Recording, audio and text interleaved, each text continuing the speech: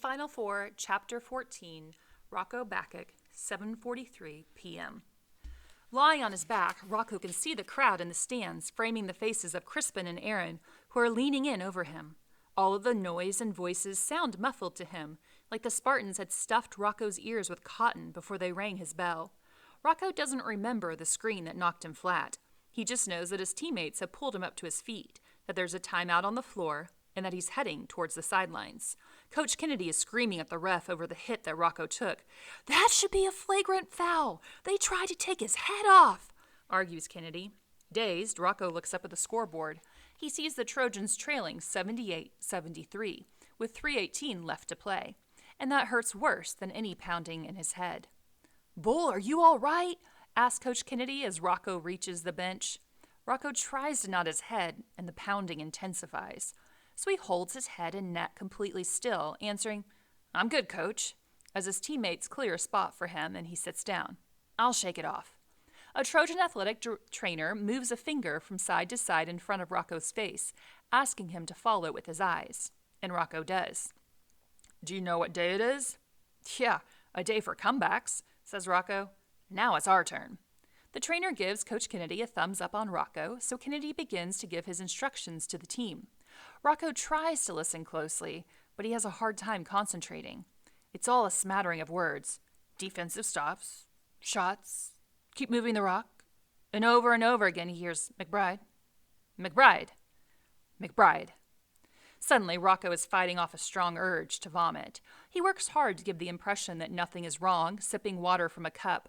When the team is ready to go back onto the court, Rocco gets up from his seat. But now the Superdome is spinning all around him. The wooden floor seems to shift beneath his sneakers, and he drops down to one knee. "I need a trainer here, fast!" Rocco hears Kennedy's voice before feeling the coach's steadying hand upon his shoulder. So we knew from the last chapter that Baby Bear hits Rocco really hard to where he falls down. And apparently it's like momentarily knocked him out to where when he comes to, he doesn't even really remember getting hit. And based off of what's going on with him, how his head is pounding, the room's spinning, he wants to vomit, it sounds like he has a concussion, which is not good for the Trojans because he's one of their key players, and they really need him in order to defeat Malcolm and the Spartans. Now is a entry from Rocco's journal. May 23rd, grade 12. I could not sleep well. I woke up very early this morning, before there was sun. It did not matter that it was Saturday. It did not matter that I could stay in bed as long as I wanted. I could find no rest in my mind and heart. The night before, I had no date, and passed on an invitation to a party with my teammates and friends. It was the first Friday night I stayed at home in a long time. I just did not want to celebrate anything. I wanted to be close to my family here, my aunt, uncle, and younger cousins. Today is the anniversary of Uncle Drazen's death. It was 1 year ago that those monster mafia criminals in Croatia put a bomb into his car. They killed him for the dirty stolen money they wanted more of. The money and facts that Uncle Drazen's newspaper articles talk about. The anger builds up in me that no one has yet paid for this crime. I wish the movie heroes like X-Men were real. Then I could have the Wolverine chase them down like dogs. Sometimes I scream out curses into the air or smothered into my pillow. I still cannot watch TV shows about crime families. I want to spit on the TV screen when I see old reruns of Tony Soprano's Fat Face. I called my parents in Croatia. They were going to church to light candles for Uncle Drazen's resting soul in heaven. Only in the last few months has my father put away his gun, thinking the threat on our family is no more. I wish I could go to Uncle Drazen's newspaper office and sit in the chair he once did, but I can't. So I went to the web and visited the home page for his newspaper and read the front page story about his memory. Then I went to YouTube and watched highlights of old Michael Jordan dunks. I remember how they made Uncle Drazen and me smile. I held my basketball tight as I watched. The same ball we played with in Croatia. The same ball I took to the park to show Uncle Drazen that I could dunk. I wish she could be here to read my high school newspaper articles and to see me graduate next month. I wish she could see me play basketball at Troy next year.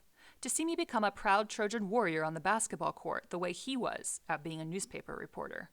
Early this morning, I took that basketball and went to the park courts. It was too early for anyone else to be there on a Saturday. I practiced alone and went through all of the drills Uncle Drazen taught me. I could almost feel him there looking over my shoulder. I could almost hear him say, "More defense, Rocco. Work harder on defense. It is the most important thing." I was there alone for maybe a half hour when a boy 9 or 10 years old showed up with his mother and little sister. His mother took the sister over to the swings, and the boy watched me playing from a bench near the court. Soon the boy came over and asked if he could shoot the basketball too. At first I said no. I told him that I needed to practice by myself. He kept watching me from the bench, and every time I looked over at him, he dropped his eyes down to his shoes. After a while, I felt like the Grinch who stole Christmas morning. So I told him to come over and play. I could see the joy in his eyes every time he let the ball fly at the rim. But his form was not good. Without even thinking about it, I started to coach him. I changed the way he held the ball and the way it came off his fingers. Then I showed him how to dribble without looking down at the ball. He started to get better right away. Suddenly, I felt a spark in my heart. I felt like I was giving back a little bit of what Uncle Drazen shared with me. Then the mother came over and to ask if her son was bothering me.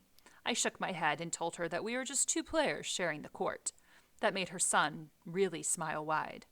Maybe 15 minutes later, the mother called for the boy to go home. I am sure he sank the last shot he took for good luck. Then I gave him a high five before he left. Later on, I realized I didn't even know that boy's name. But that is how friendship happens on a basketball court. Names are not important. Everyone is the same with a basketball in their hands. All you can do is give to the other players on your team or the other team. All you can do is your best, and that is giving. Playing basketball with that boy this morning made me feel better for the rest of the day. God bless you, Uncle Drazen. This is a sad journal entry from Rocco, and he is still in 12th grade here at this point. And we find out that it's been a year since his uncle passed away. It's the anniversary of his uncle Drazen's death and being killed in that car bomb by the corrupt mafia in Croatia. And of course, this makes Rocco feel really down because he loved his uncle a lot. He was like a second father to him. And so on the day of his uncle's death, the anniversary of his death, Rocco decides that he's going to go online to his uncle's newspaper and he reads the front page story that's in memory of his uncle. And then he says, he goes to YouTube and he watches highlights of Michael Jordan dunking. And then he holds on to the basketball that his uncle gave him, all in memory of his uncle. And so he's not feeling great about this. Obviously, he loved his uncle a lot. So he goes out to the basketball courts because his uncle's the one that really taught him how to play. And there's a little boy there, and the little boy wants to play basketball with Rocco. And at first, Rocco's like, no, I'm not going to do this. But then he's like, okay. Then I felt bad, right? Because he's just a little kid. So he starts coaching the kid on how to play, and they're having a fun time. And he says there, I felt like I was giving back a little of what Uncle Drazen shared with me, because Uncle Drazen taught Rocco how to play basketball, and now Rocco's passing that love and knowledge down to this little boy on the court. And he says, that's what basketball is all about, right? Friendship happens on a basketball court. Names aren't important. Everyone's the same with a basketball in their hands, no matter, where you come from. And so he's reminded of that, and he's reminded of what his uncle imparted upon him when it comes to basketball.